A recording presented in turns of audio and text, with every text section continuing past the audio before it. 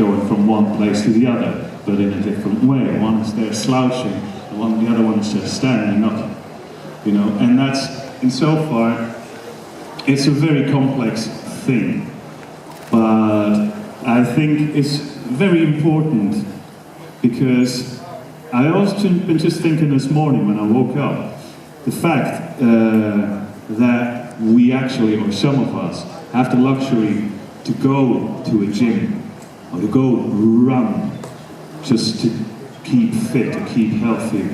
That's complete luxury because 100 or even 50 years ago, people would have to work all day just to feed their families and pay the rent at the end of the day. At least most people.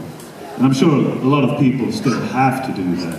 But still, in 2017 now, a lot of people have got the luxury, at least in our Western civilization, that they can do their job, they earn their money, they have their house, they do their groceries, and they still have time to just do something for fun.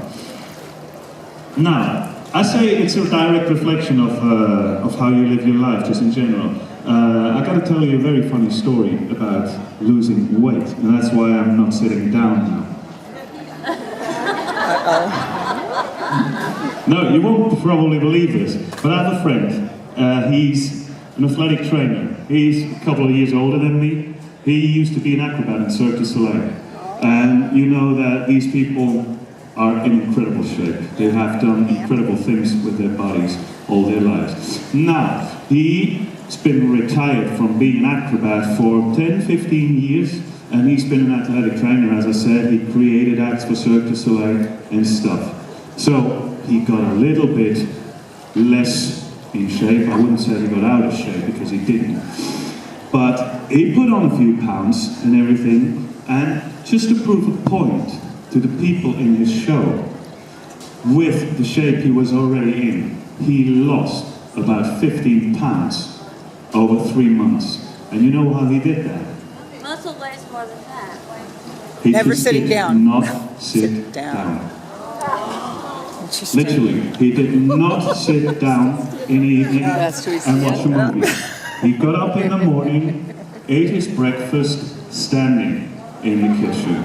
Okay. He did not sit down the whole day. That's the only thing he changed.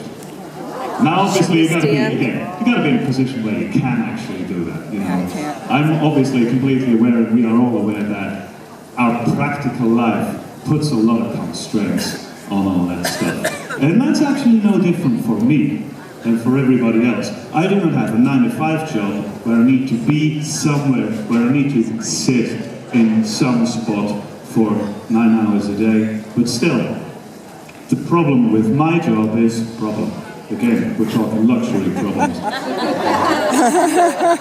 But my lifestyle is obviously very, very irregular.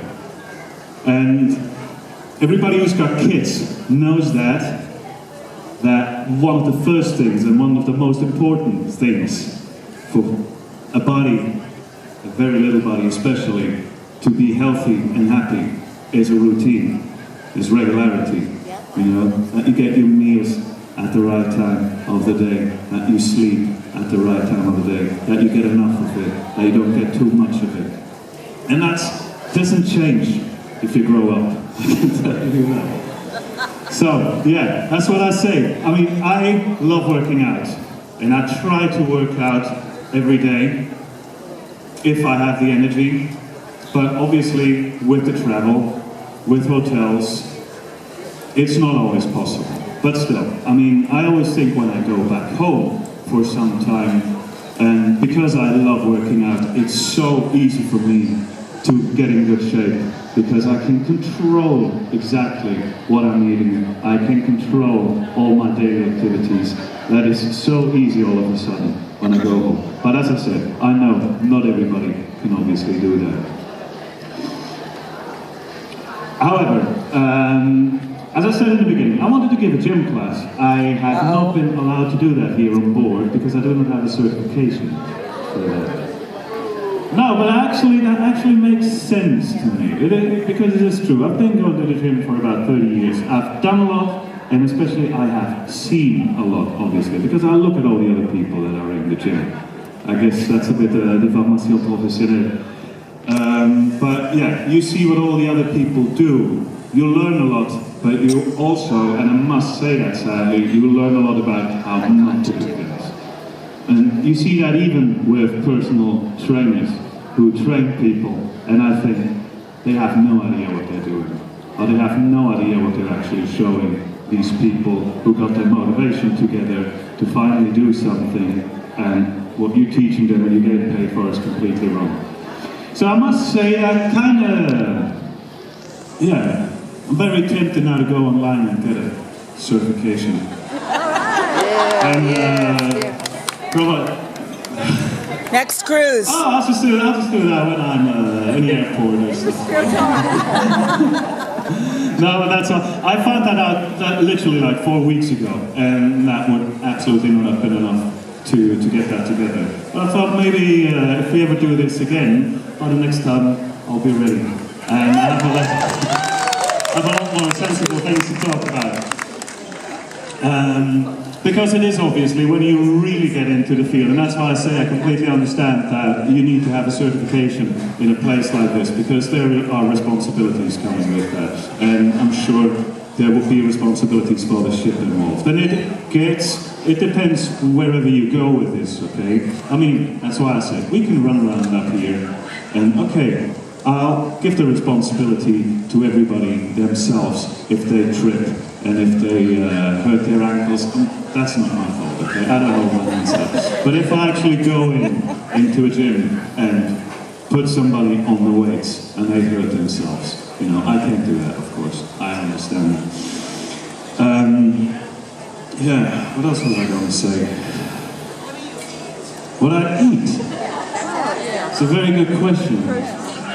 It's another problem. I love eating. No, I really do. I really do. I love eating. And my wife is an absolutely fantastic cook. Oh dear. I'm not so much of a cook, but I love baking, and especially what I love making is desserts. Because they're so beautiful. Not they're only so tasty, but they're so beautiful. But again, that's probably also a bit of my family tradition. I mean, I'm from Switzerland, German part of Switzerland, and no offense to anybody else, but if you want to eat a good piece of cake, you gotta go to Germany, Austria, and Switzerland. That's true. And you don't read the ingredients, and you don't look at the calories. And that's why they're good.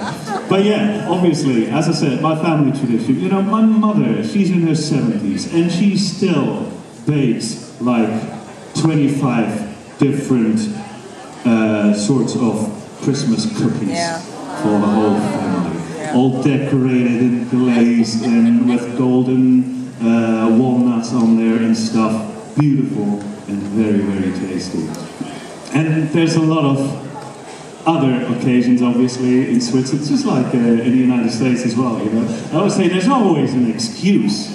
There's always an occasion, you know, to have it ready.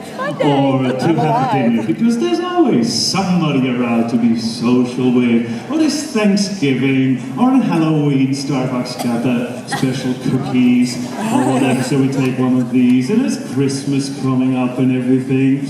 And at Easter we've got all the chocolate.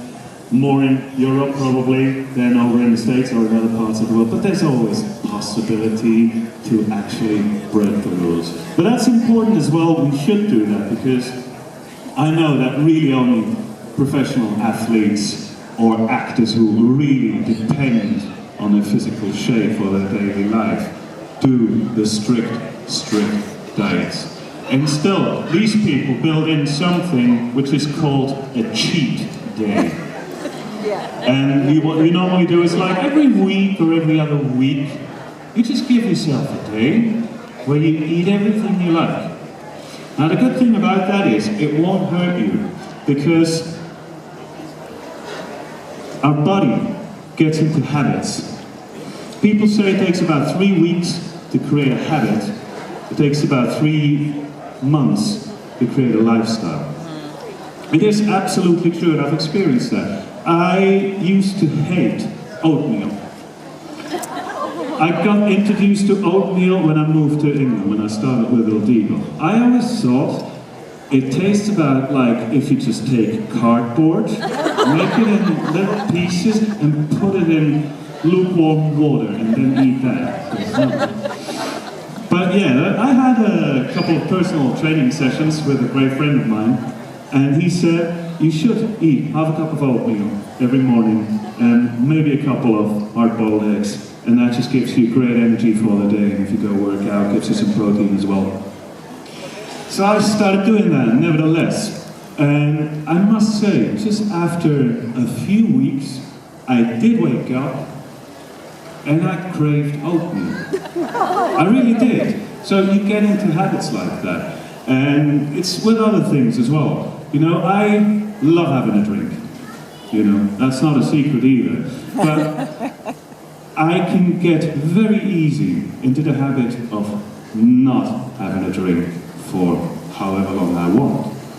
And then I can be on a holiday, and have a glass of wine or 2 glasses of wine for lunch, and have a cocktail in the evening, and a bottle of wine with my wife or something for every day, you know. But you get into habits like that. Same thing with sweets, for example, with chocolate, with cream, with fatty stuff. I've experienced that as well. I remember I was still living in Switzerland at the time, and I went to Italy on a holiday in the summer with a motorbike, and I ate ice cream. Oh, gelato. And I ate loads of ice cream. I ate like gelato 3 times a day. Me too. Yep. I wasn't that self-conscious at that time either, but when I came home, I thought, okay, Urs, we gotta stop this, because this is going the wrong way. So I did, and I really cut out all that stuff, and for a few weeks. And then I remember I was taking like a nice ice cream, again with a lot of whipped cream on it, and I felt completely sick after it. I literally felt how the heavy whipping cream weighed on my stomach, just because my body got used to not doing that anymore for a certain amount of time. And these things are not always fun to do, but they're actually not that difficult to adjust in one's life. So if everybody's interested in making a change a little bit there, it's not that hard. And as I say, the important thing is you've got to be realistic about yourself as well. You've got to be realistic what you want to do, what you want to achieve, what your possibilities are, and what your practical constraints are. Absolutely. But yeah, I know this as well, you know, with all my travels. And I don't know, I mean, you people tell me, but especially when I go to tourist sites, when I really do the touristy stuff and visit places, and I look at what people eat, I mean, 99% of the people do not seem to spend a second thinking about what they're actually putting into their body. That being said as well, it is unfortunately in nowadays time much easier to get your hands onto bad food than onto good one. And that depends a lot of where you are. But if you're in big cities like New York or LA, yeah, you got a lot of possibilities there. But as soon as you're somewhere a bit less cosmopolitan, it's so much easier to get fries and burgers and hot dogs and ice cream and any kind of sweets. That's always available. So that is sometimes a bit of an effort. That's just one of the things that's slightly wrong with our society today. But I don't see that changing very quickly. So we just have to deal with that. Yes?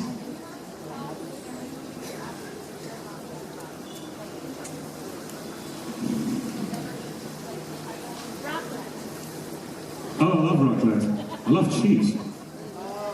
I love cheese. Okay, you're talking to a Swiss.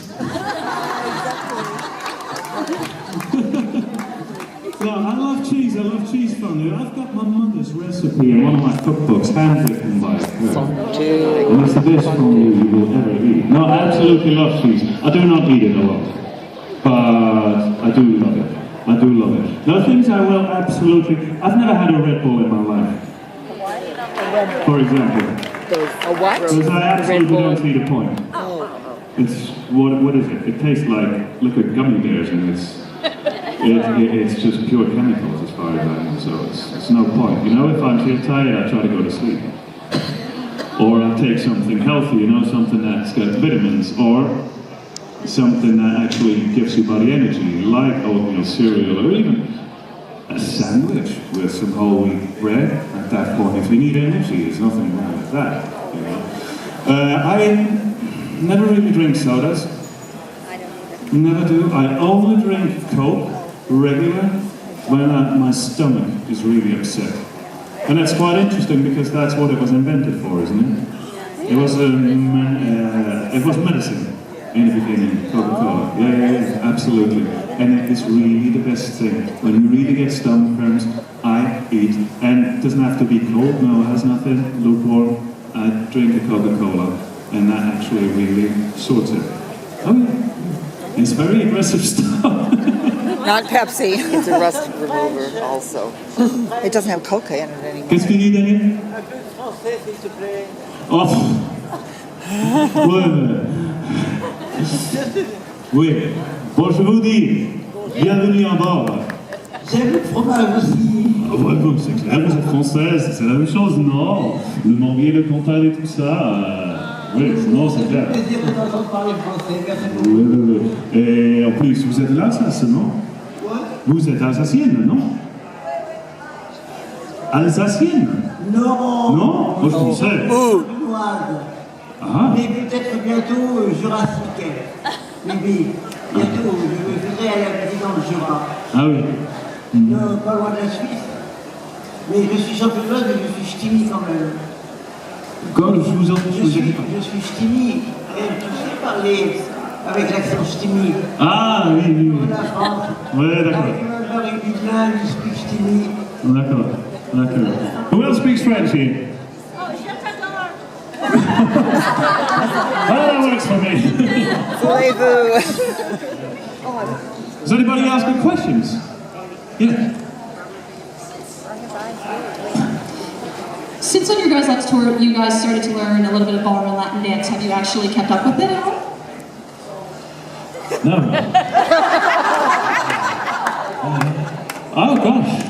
I must again say kind of time constrained. I mean, I love doing it, you know. I love doing it, and especially as you know, my wife is a dancer, and I love dancing with her, you know. But I can't get it much further than a rumba and a slow waltz, maybe a little bit of salsa. I'm gonna learn it one day because it is a lot of fun. But yeah, but it's a good thing as well because again, you move. Yeah, no, it's really, and you know, there are obviously a lot of things like that. You absolutely do, to make a difference. You don't have to go to the gym and lift iron. There's absolutely no need for that. There's so many things you said. You can dance. You can eat your breakfast standing up. You know, everything just helps. It's,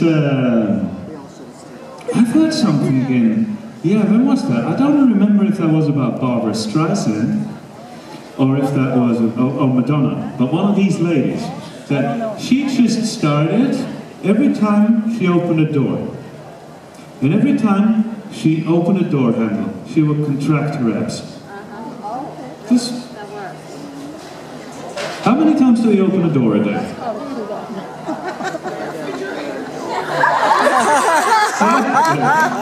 See what's in you. Exactly. No, brilliant. But you are all laughing, but actually, little things like that do make a difference. And then, one other very important thing that I have to mention, because I know that from a lot of people as well. I know that from like my dearest friends who are with me on this ship here. You gotta be very patient with these things. Because as I said in the beginning, it takes 3 weeks to create a habit, 3 months to create a lifestyle. If you even get your motivation together and start going to the gym or start running and stuff, don't expect to go running twice and you notice a difference in your body. That is just not going to happen. I'm sorry.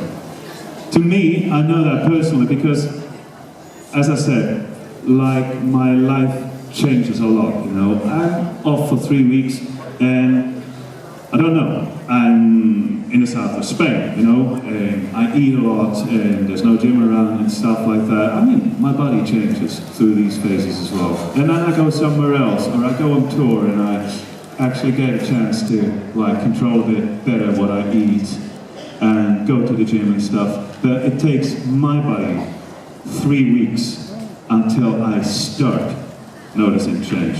Not till I get there where I want to be, but till I start noticing, aha, I have started doing something. And that's just the way it is. And that's the same for everybody. Somebody might notice it a bit faster, somebody a bit slower. It depends what shape you're in as well. You know, I mean, I'm complaining about what I've got here.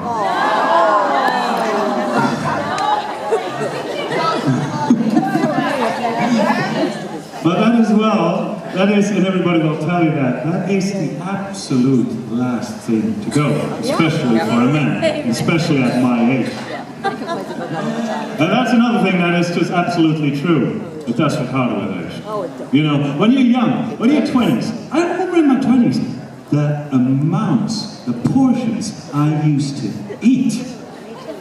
Makes me sick looking at it, you know? And then everybody tells you, yeah, wait till you're 30.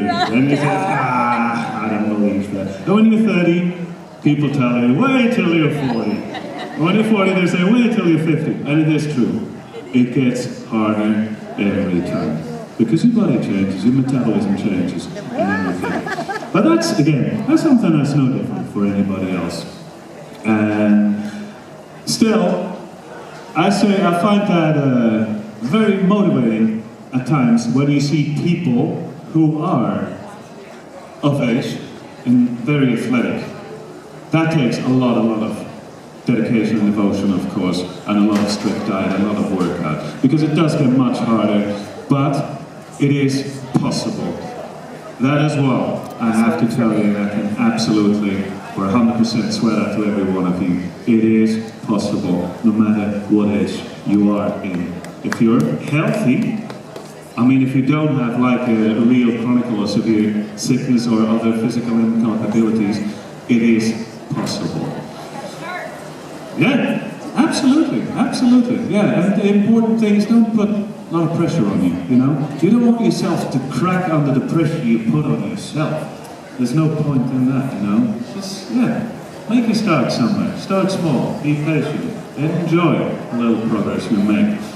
Now, one last thing maybe that I have to tell as well, because there's two more things I would like to point out. Because physical shape is one thing, but one thing that I notice as well in the gym, and that's actually quite surprising to me, but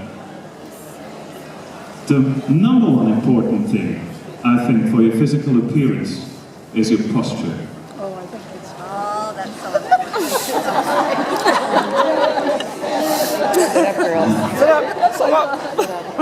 No, but that's true, because in the gym, you see a lot of young men who have big muscles and look terrible. I'm sorry. There's such a lot of that, you know, and it's just, it does not look good, you know. So, just stand up straight. I remember, and that is very interesting as well, when I was about 15, our biology teacher in our class, he took us one by one and stood each one up on his desk in front of the class in profile. And told us to tell him what we see. Look at everybody's posture, you know, where the hips are, you know, where the knees are, where the nose is, the chin, everything, the neck. And I always remember that day, that hour, like it was yesterday. It made a deep, deep, profound impact on me. And then, after that, I've had the luck, obviously, that I started studying classical voice. And the one thing they tell you from the beginning on is the cord here in the back of your head. And that's where you kind of, like a marionette, you know? And that just like straightens your spine and everything. And then the rest, you just let that all loose, you know? You don't slouch and all of that kind. Again, there's a lot of practical constraints to people like that. I know, you see a lot of very tall people, for example, who have got a bit of that. And that's a shame, because I think it's beautiful when you're tall. I think it's amazing. But I suppose it's just kind of maybe a subconscious way to want to blend a bit more in with everybody else and not stick out. Yeah, it's our bodies are all different, you know. Just nobody is the same like another one, and we just have to live with it. But I mean, that posture, I think, that makes a huge difference to how you feel, and it also can make a huge difference to how you feel about yourself. I think that is very important as well. And even if you are in a phase of your life where you don't feel that good in your life, I think working on your posture is a very good place to start. Because again, it's not difficult. Just when you think of it, when you walk through town and remember it, oh yeah. And then you forget it. Doesn't matter. And when you think again, when you're at the cashier, oh yeah, you know. And it's not very difficult, but it really can make a difference all the way to your self-esteem. And now, the last thing I was going to say is, which is probably a bit disappointing news.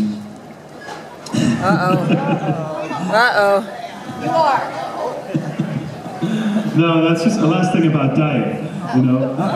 And just a buddy of mine said that just recently. Oh, I've gotten in really great shape, you know, recently, and now I just gotta adapt my diet, and that will take care of the last 20%. I said, I'm very sorry to say that, but diet is 80%. And it literally is. And every personal trainer will tell you that as well. You know? Huh? Exactly. Have some in the kitchen. They're not in your fridge. It is. Diet is 80% of your physical shape. And the rest is moving. The rest is, getting everything in the right place and feeling good in your body. But the diet is 80%. And if you go to the gym and eat like a pig, it's not gonna help. Yeah, it's so funny, isn't it? But again, as I said in the beginning, diet, you know, we're not professional athletes, so just be a bit conscious in everything and make a difference. And after all of this, I'd say we're on a cruise, so we're here to enjoy ourselves. So enjoy yourselves for these days, and thank you very much everybody for being here.